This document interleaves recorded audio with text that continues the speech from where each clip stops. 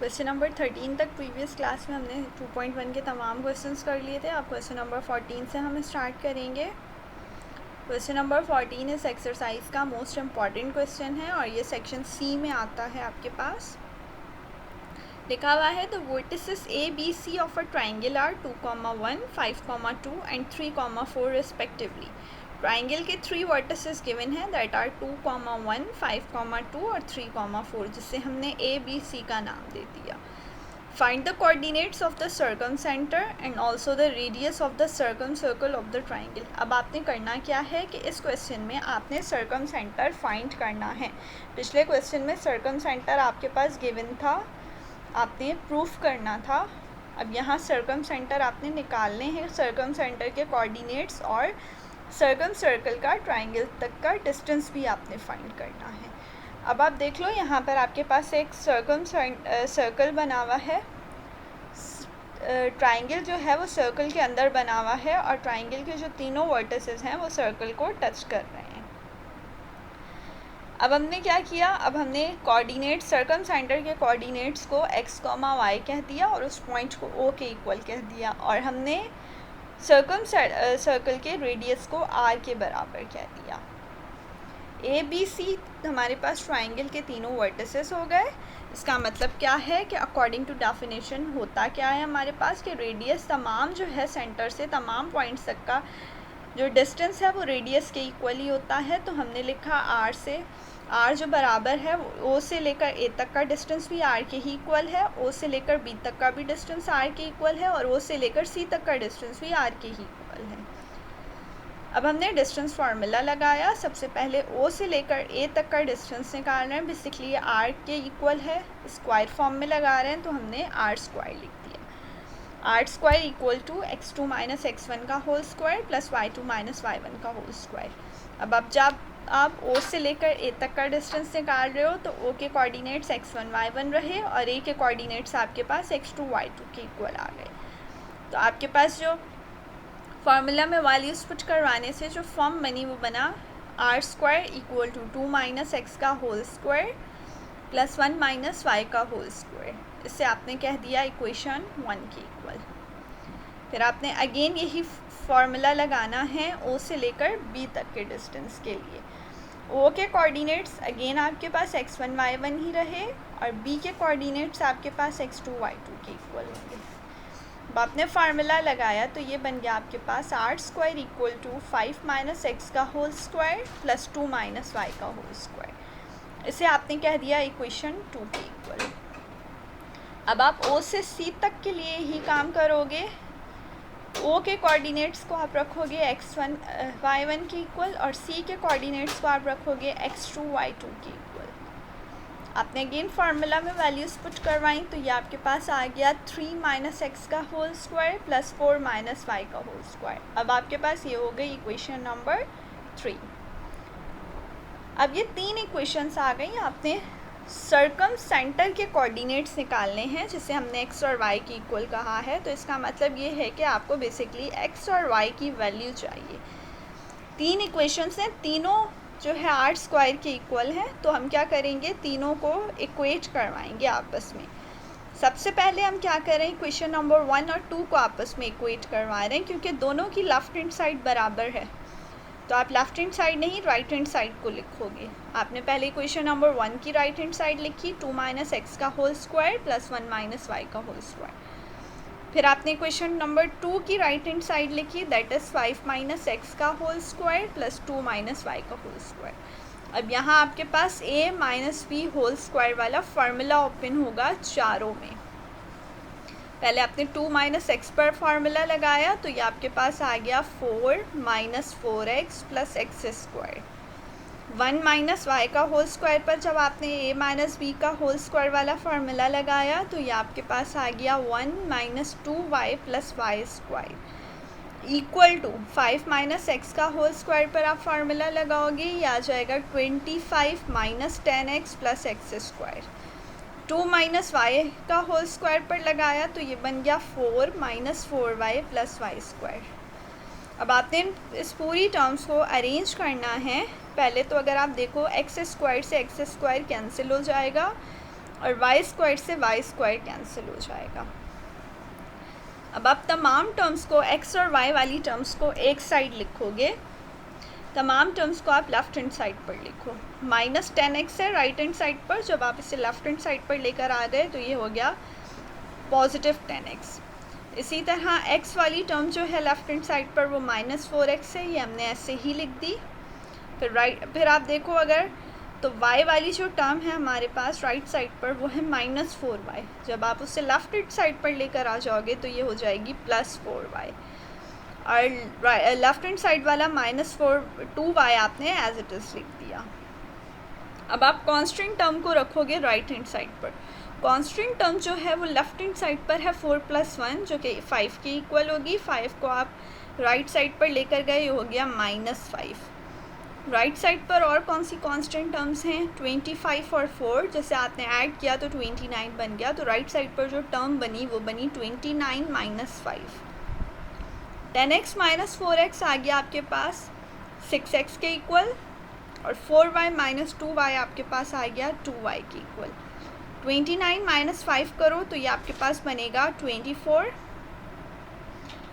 आपके पास 6x + 2y में से 2 कॉमन आ रहा है, जब आप कॉमन ले लोगे 2 को तो ये बनेगा 3x + y, और जो 2 आपने कॉमन लिया है ये जाके 24 से हो गया डिवाइड, तो ये बन गई इक्वेशन 3x + y = 12। ये एक लीनियर इक्वेशन है। लीनियर इक्वेशन कौन सी इक्वेशन होगी जिसमें वेरिएबल की जो पावर है वो 1 के इक्वल है, x की पावर भी 1 है, y की पावर भी 1 है।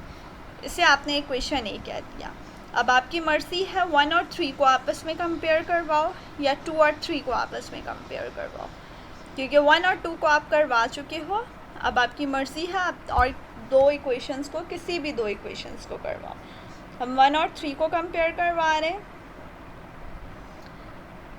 2 - x का होल स्क्वायर + 1 - y का whole square equal to 3 - x का होल स्क्वायर + 4 - y का होल स्क्वायर। अगेन आपने सब पर फार्मूलाज लगा दिए तो ये टर्म्स बन गई। 2 - x का होल स्क्वायर पर a - b होल स्क्वायर वाला फार्मूला लगाया तो ये बन गया 4 - 4x + x²।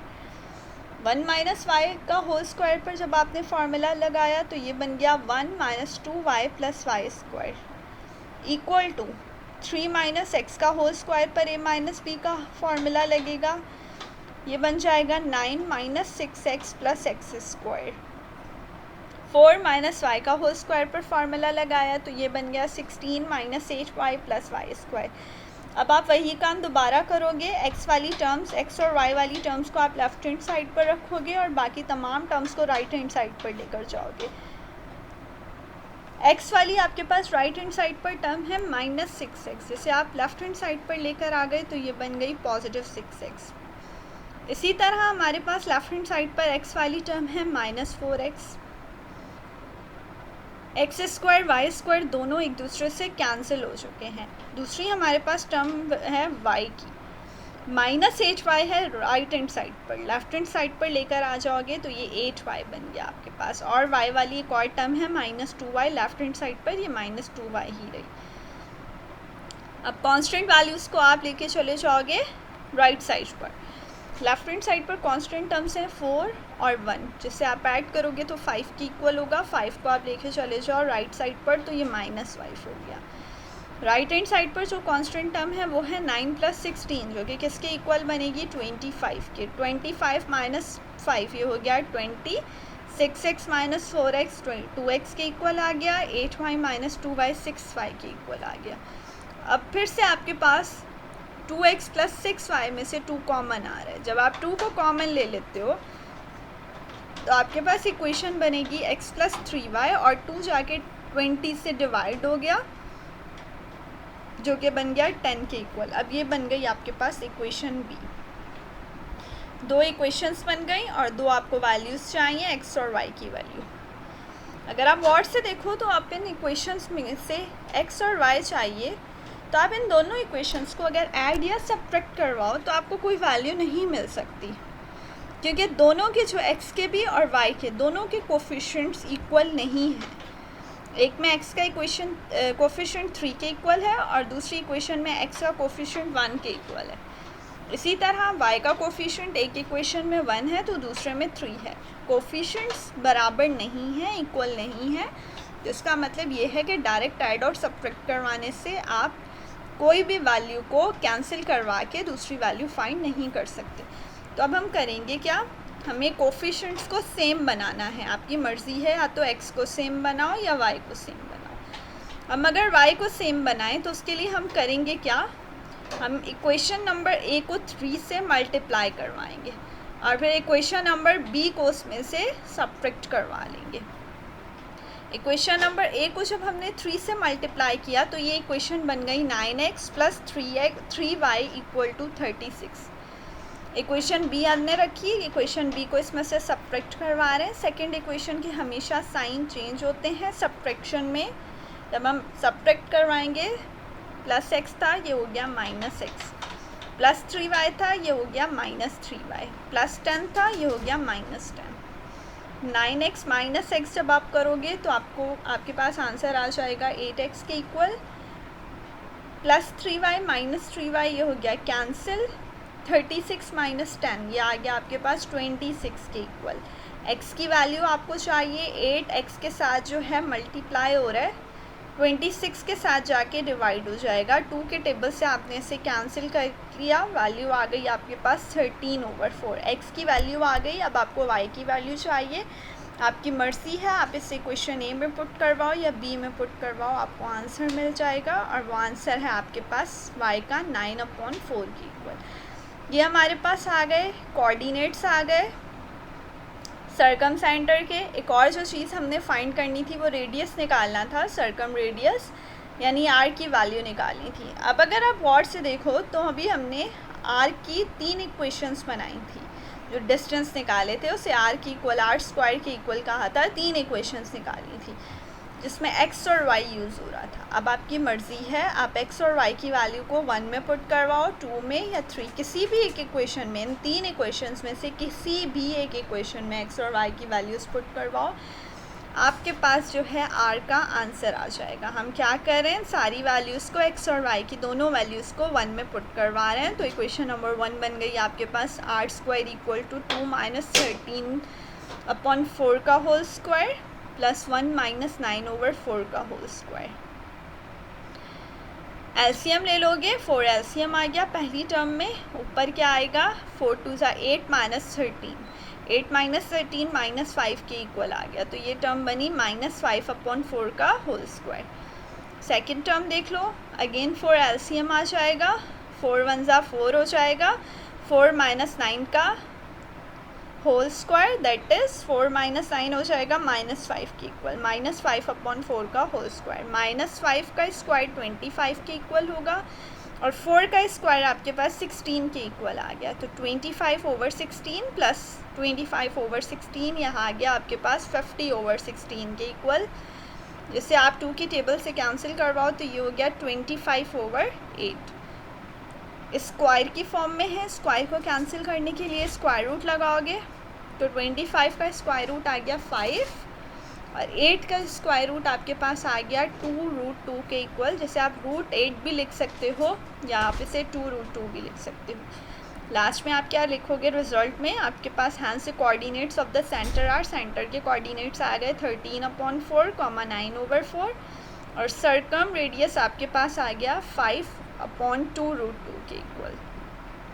ये आपके पास मोस्ट इम्पॉर्टेंट क्वेश्चन था इस एक्सरसाइज का। नेक्स्ट क्वेश्चन अब हम देखेंगे, दैट इज़ क्वेश्चन नंबर 18 देखेंगे अब हम, बिकॉज क्वेश्चन नंबर 17 सेम है आपके पास। इस वर्टिसेस ऑफ स्क्वायर फाइंड करने हैं, जैसे मैंने स्टार्ट के लेक्चर में आपको बताया था। क्वेश्चन नंबर 18 पर आ जाइए, लास्ट क्वेश्चन, और बहुत ही आसान सा क्वेश्चन है।